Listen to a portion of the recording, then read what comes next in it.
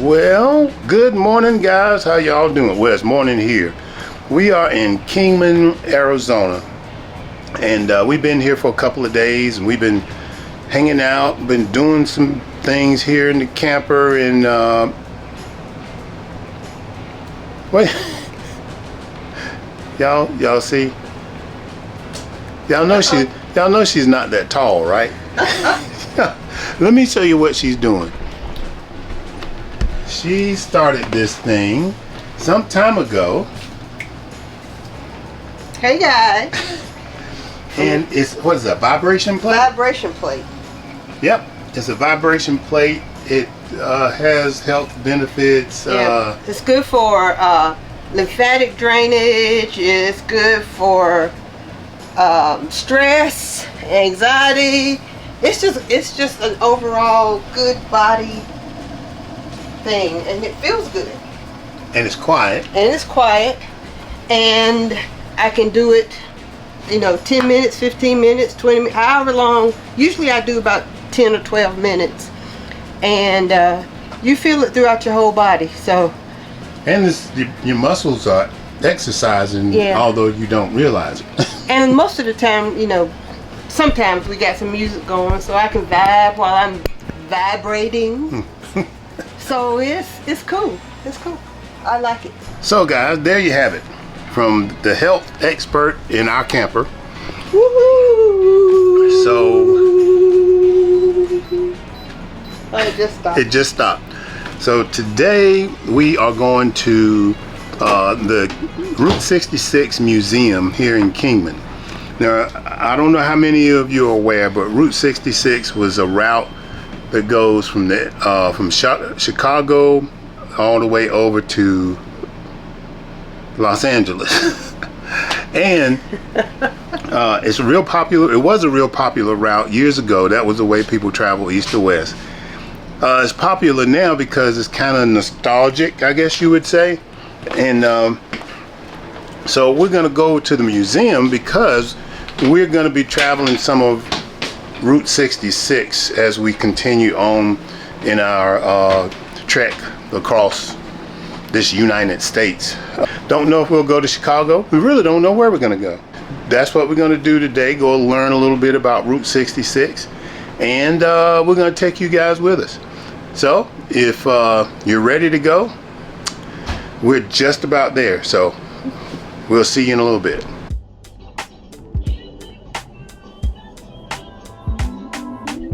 At the stop sign, turn right onto Kino Avenue. In half a mile, turn left onto North Willow Road. At the next stop sign, turn left. At the stop sign, turn left onto North Willow Road. In about 2 miles, turn right onto East Andy Devine Avenue.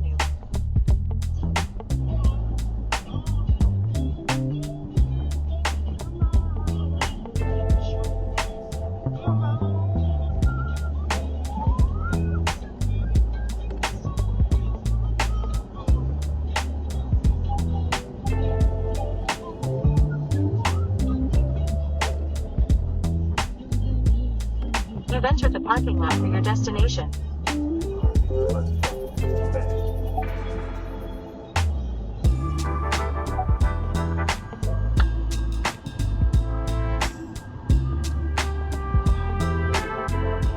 So this sign depicts the amount of miles from the historic Route 66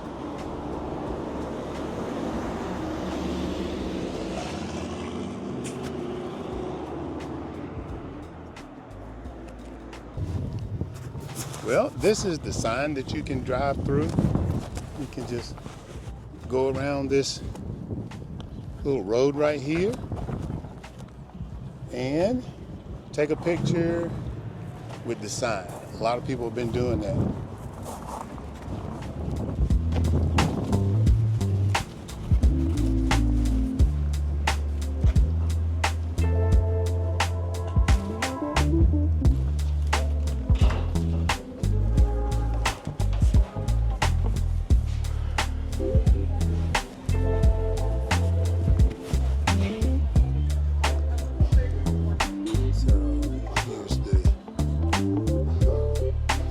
guest book.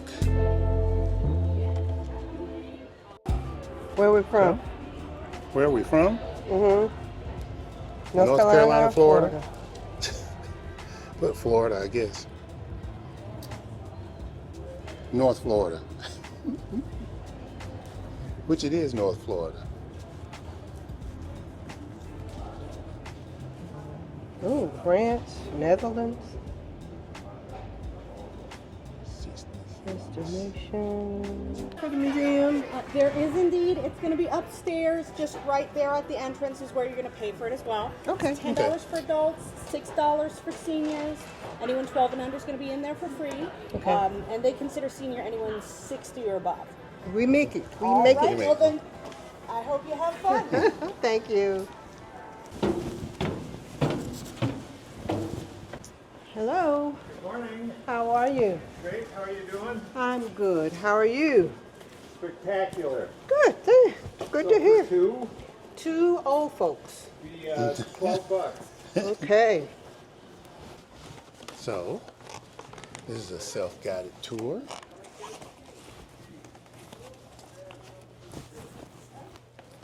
All this history in one spot.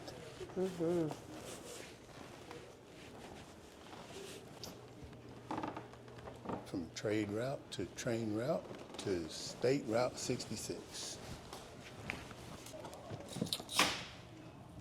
Kingman artifact collection. Real live spurs.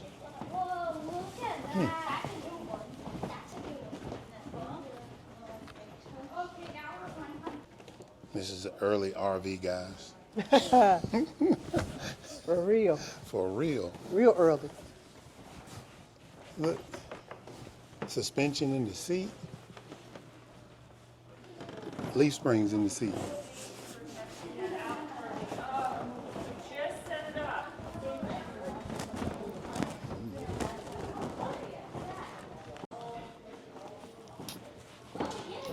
Okay. It goes from Needles to Kingman. Kingman to Seligman. I think that's how you say that. Seligman to Williams. Here's Williams over here. And then Williams to Flagstaff. And Tachaka? Tachaka. And then from Tachaka to Holbrook. Holbrook to Gallup. New Mexico. look, here's Belmont. Where we supposed to be? Look at the elevation. Oh, where we're going? Yeah. 7,355 feet in the air. Be a little bit cooler.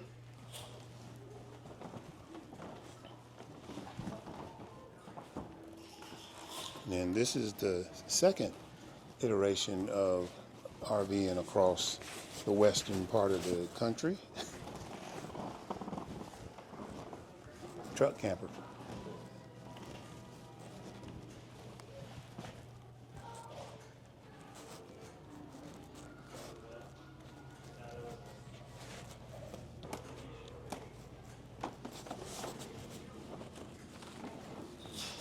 They sure do have a lot of documentation.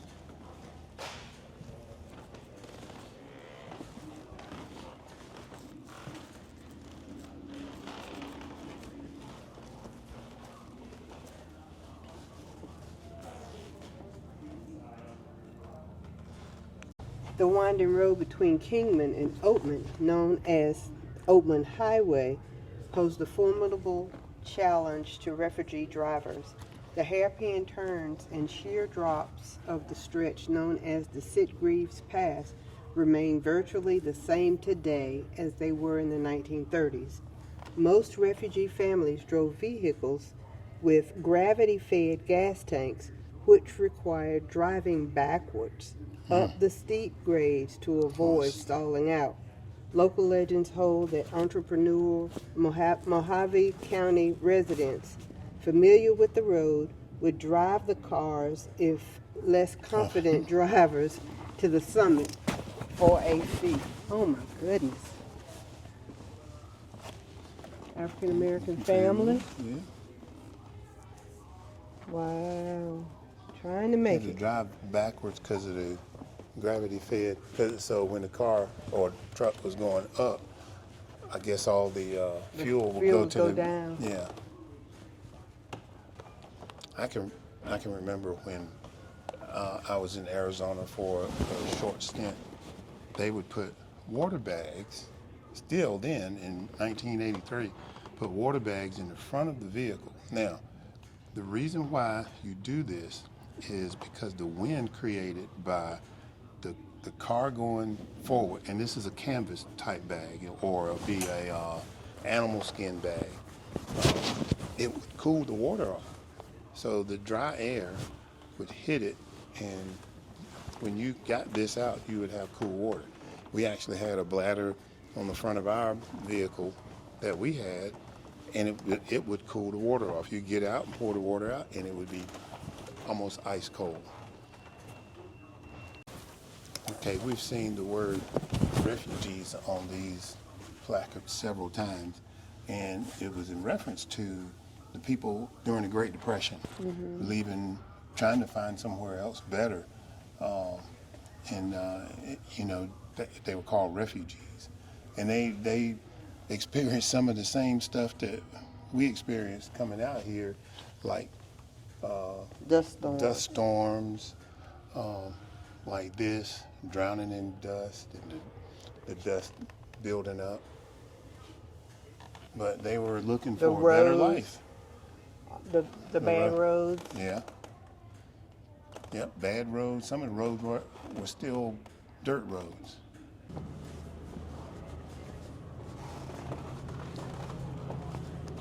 And some of the old signs from the oil companies or the gas stations at the time, Texaco, Phillips 66, Chevron, the Pegasus.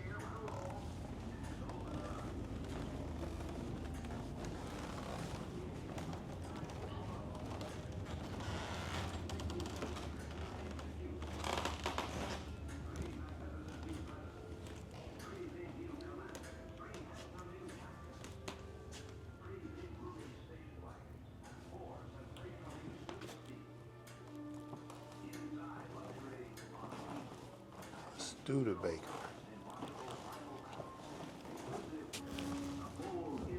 Never seen this before. This is a car cooler. A what? A car cooler Oh, on a Studebaker. Window-mounted evaporative air cooler, sometimes referred to as a swamp cooler. It's the early air conditioner. Huh. It's the same idea as the bag. It cools by water evaporation. So that even with that bag, even with the bag on the other side, you would have a little bit of water on the outside of it that would evaporate, and the evaporation would cool things off, cool the interior off.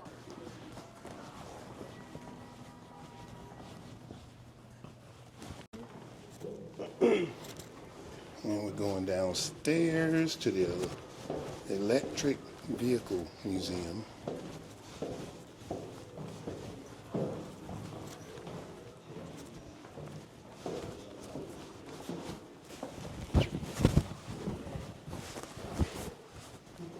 Mines. Oh, it's a local mine.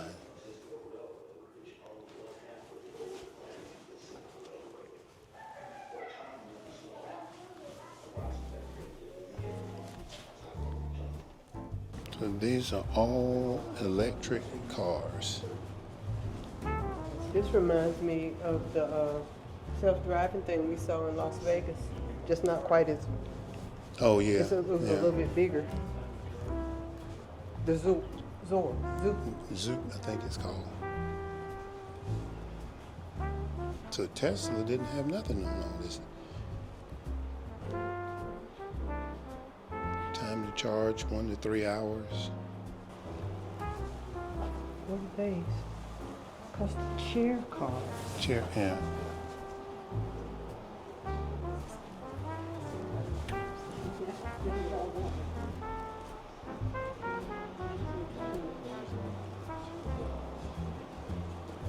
The Ohio State University College of Engineering. So this is an electric car. Wow. Here's another electric car. It's very interesting. It is. Wow. Oh, that's an electric wheelchair. So what? An electric wheelchair. Electric wheelchair. Hmm.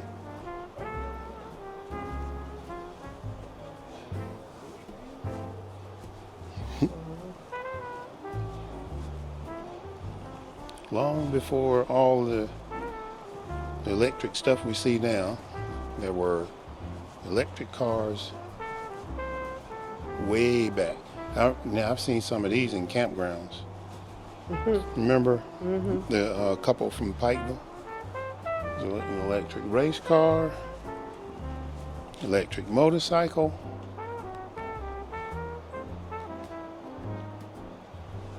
See the batteries in there? It's called a Kawasaki, not a Kawasaki, a Kawasaki.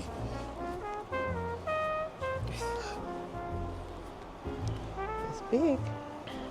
There's an electric Porsche. Of course, golf cart. Ooh, what's that? That's pretty. It's actually an early Tesla. Huh. Oh, that's pretty. It's a 2008 Tesla Roadster. Wow. Now that's cool looking there. I wonder why they don't make this one no more. That's an early Tesla. That's nice looking. It is nice looking. Pretty color. Mm-hmm. Indy race car.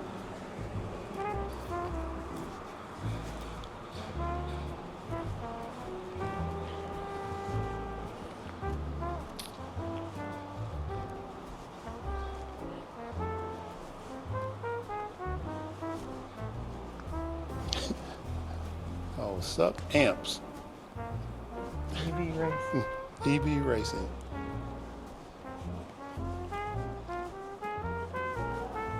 Who would have thought that all these electric cars existed? That's a cool golf cart right there now. Got a water thing back here. Place to carry your bags. And as you exit the museum, you go right out to the gift shop.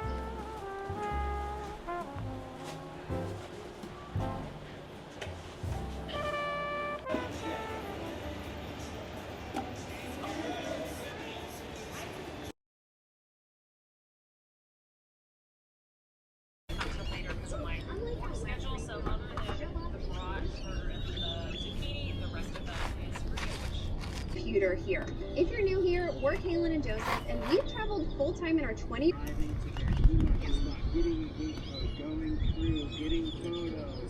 This video was brought to you by I'm gonna put this stuff up as we get ready to go in for the night. This campground's pretty nice. It's a KOA, and we've been here now 3 days, and we have 2 more nights here. What's funny is I think there's a lot of people in transit, but today I think we counted 15 or 16 of those rental class C's. I mean, just one right after another that came in, and I don't know whether they're just spending the night or spending the weekend, but we've seen a lot come in, go out. I'll give you a better look at this tomorrow. It's kind of interesting the way they got it set up. Well, all right. Good night.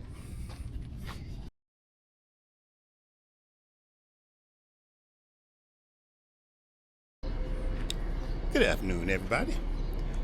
So we've been spending our afternoons outside, just checking out the scenery here. We haven't gone to too many places. It's really been nice just to kind of sit down for a minute. But today has just been one of those days. Not wanting to do too much, not getting a whole lot done. And so I'm cooking right now outside, and it's in the 70s today. The other day it was in the 90s, but we got a little cloud cover, but it's in the 70s. Now I am cooking some sausage that we got from the local store. I think it's authentic Mexican or Latino store, and I don't know the name of them, but that's what I'm cooking. See what kind of temperature? Oh yeah, it's good and done. Almost 200 degrees. So we are going to get ready to partake of the sausage. Stop. Okay, when I taste the sausage, it has more of a chorizo taste. And y'all probably said, didn't you know that was chorizo? No, I did not. But it is really good, spicy, got a little bit of heat to it, but it's got very good flavor. So here we go. Got not tortillas, some chips, sausage, and guacamole, chunky guacamole. Well, hello everybody, how y'all doing? I am going to give you a little tour of our campsite and some of the amenities here at the KOA, and I'll start with back here. Let's start back here. Okay, we're in site 120. Now, these sites are tight, but it gives you some privacy. We were here, tomorrow we leave tomorrow. We've been here for 5 days, and yes, it is a little cozy, but it has not been terrible. They're gravel or dirt, and as you can see, this is close again. Yep, I know you're gonna put down in the comments, man, that's too close for me. But each one of these sites has this row of hedges that gives you some privacy from the next one, and that has kind of been the saving grace. We've had like now it's right at noon, or no, about 11, and we're starting to get some shade on this side. That was one of my big concerns being out here, because it's been hot. This sun has been hot, so we get a lot of shade in the afternoon. That's one thing I try to look for in a site. A lot of times when we're planning, don't always get it right. I try to see where the sun is and how we can take advantage of the shade. Now, there are several rows of these type sites. This has kind of been where all the larger rigs have been, and you can see there's plenty of them. But it's been kind of cozy. Now, could we have had some more room? Yeah, but it is what it is. It's not been bad. Okay, right behind us is a whole row of cabins, and they have a pavilion and the bathrooms for the cabins and all, because this is cabin area, and it is also a tent area. So these are the tent sites over here. Each one of them, I think most of them have picnic table, grill, place for your tent, got electricity, And the park has been somewhat busy. Every evening, I would say anywhere from 20 to 25 rigs come in, and people are staying at least 1 or 2 nights. And these cabins every night have half of them over here have been occupied. So it's a really cool area as far as the campground is concerned. All right, now next, yeah, putt golf, playground for the kids. All you gotta do is go up front and get the putters and the ball, and you can play putt golf. All right, so as we walk back away from our site, there's several sites down this row and over there beside the playground. They got some more cabins over here. The whole campground kind of fooled us when we came in, because we didn't realize it was the size that it is. Then you have it has a one-way in, one-way out situation going on. So I'm going out. There's some more cabins, and this is a KOA journey. So there's 3 to 4 classifications of KOAs. We're in a journey. This one's supposed to be more overnight type of deal, but people have been here just as long as we have. Shot at the mountains back over there.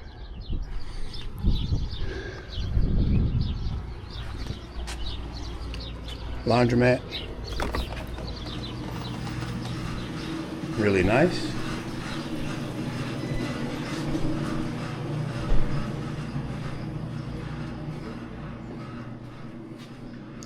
Little game room.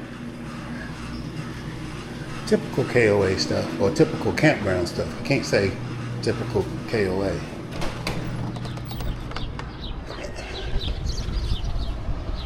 And I'll show you the entrance.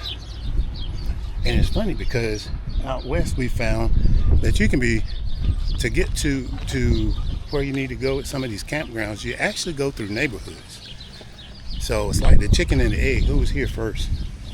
So this is right smack dab in the middle of a neighborhood. Nothing else around here that's industrial except for the campground. And this is the entrance. You come in just like that camper just did.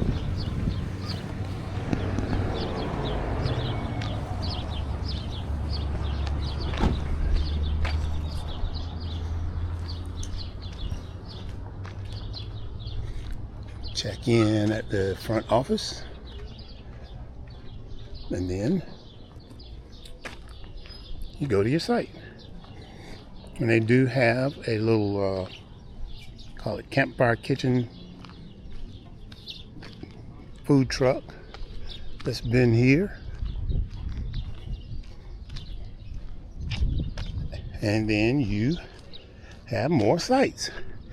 And it is really easy to get into, and I can see why a lot of people stop here, because it is easy in, easy out.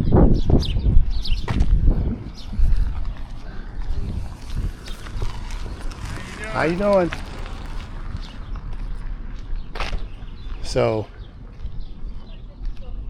there, I don't know how many sites total, but there's a bunch of sites. Then they have, down on that end, they have some, I won't call them the little cabins. They're more like tiny homes. I think there's 2 down there. And then this is I guess the main building, the rec hall, I think they call it. Yeah, this is the rec hall. Haven't been in there. And then the pool, it's under construction with a hot tub.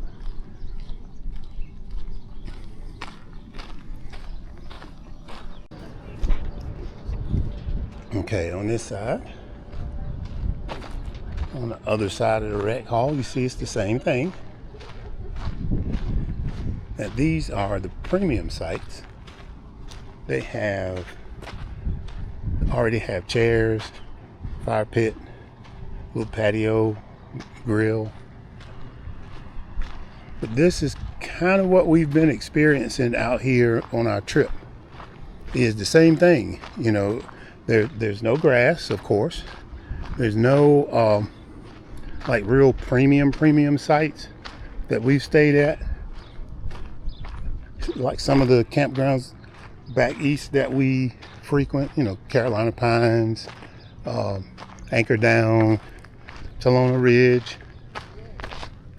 But we haven't looked for any really premium. We've just been staying at sites or staying at places along our route and some Thousand Trails.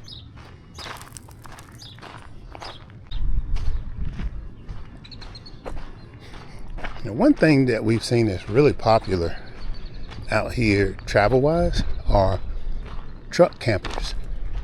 They are truck campers and those little vans, but truck campers are the joint out here, man. Not everybody, but we've seen a bunch of them.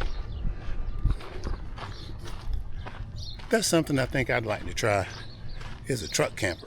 I think that'd be cool because you can maneuver it anywhere, and with the right setup, you can just pull up and stay somewhere. Just, you know, you don't have to worry about, can I get in that space? The only thing is height. And here's another truck camper. It's an older one.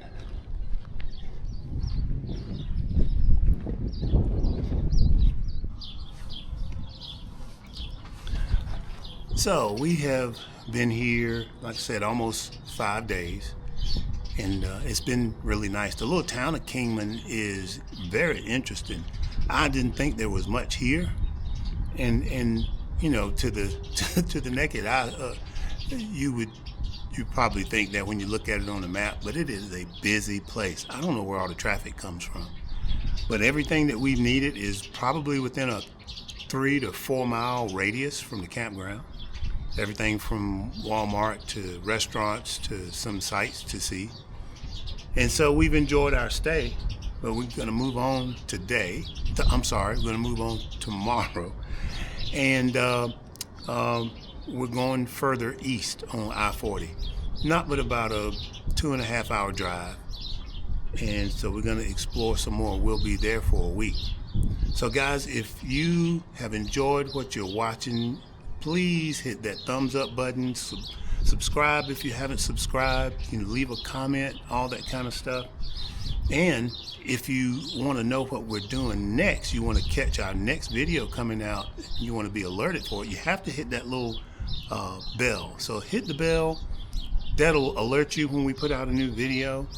And you'll see where we've been on our trip out west, and you'll see where we're going. Now, if you want to really know where we're going, go to our website, and you can, up at the top, just scroll through the information up there, and we have a map that's showing you as we make reservations for the future. You'll see where we're going, and if we're in a town near you, then you can just say, hey, you're gonna be near us, how about let's meet up? So let's try that. But thank you so much for watching.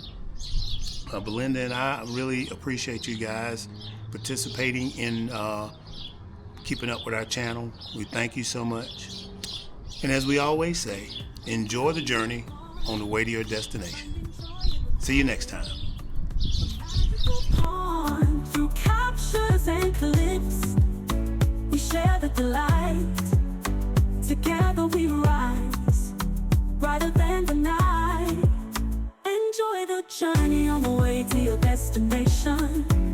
We're all about the banks, we're all about the banks. We live in the dream, with laughter and love, we're a perfect team.